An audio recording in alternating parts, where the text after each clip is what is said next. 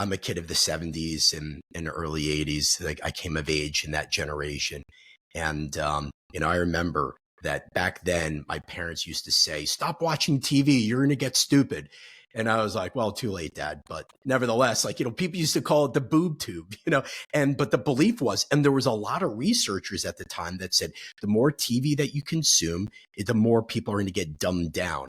And despite all the episodes of Tom and Jerry and Three's Company that I took in, somehow I made it to the other side and have some semblance of intelligence. How did we survive then? And is this just an overreaction then of this technology? It's new. And when things are new, people can be scared. Is this Sure. an overreaction? What do you Right, think? right.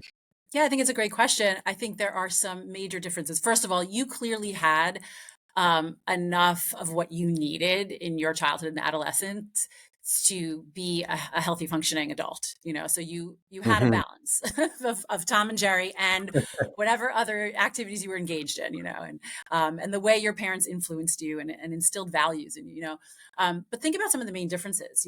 The content right now is never ending. You could consume content nonstop.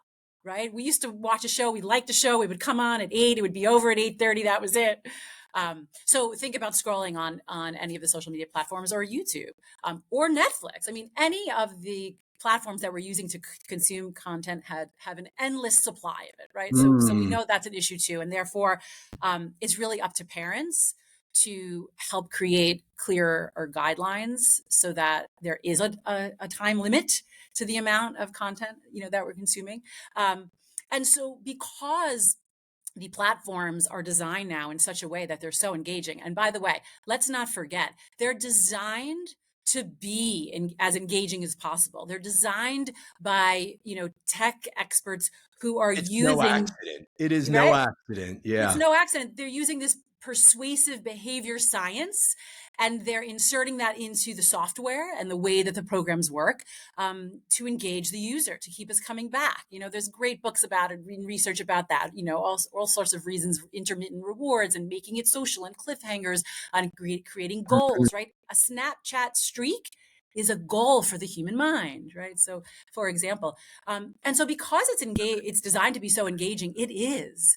And kids and teens are spending hours and hours and hours consuming content, and therefore, what are they not doing, right? So we, maybe the content itself is not so harmful, but the amount of time they're spending on it.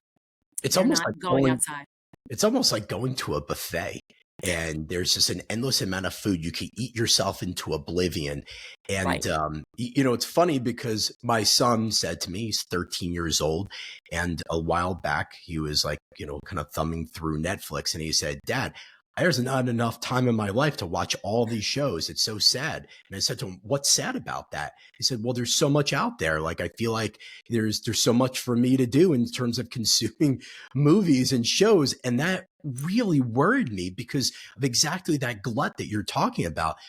There is an infinite amount of content and people almost feel they're obligated to try to consume it all versus doing all those other things. Yeah. I don't know if you hear that type of those comments or referendums Yeah. I from love some of the hearing that kids. comment, from your son. He's so perceptive. And it's also, it shows us that he's drawn into the world of content consumption where, we've all experienced the dopamine reward loop, right? It feels good.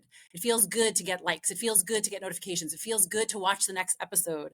Yeah. And so, his brain is like, oh, I gotta keep going, kind of keep going. But if we can teach our kids that same concept, oh wow, there's so much I want to do but outside the home, off a screen, because that's what this generation is Mhm. really lacking in. It's adventures and experiences off the screen. We used to ride our bikes with our friends, sit on the handlebars, do risky fun things, walk around the neighborhood, looking at the kids who lives there, and going on adventures.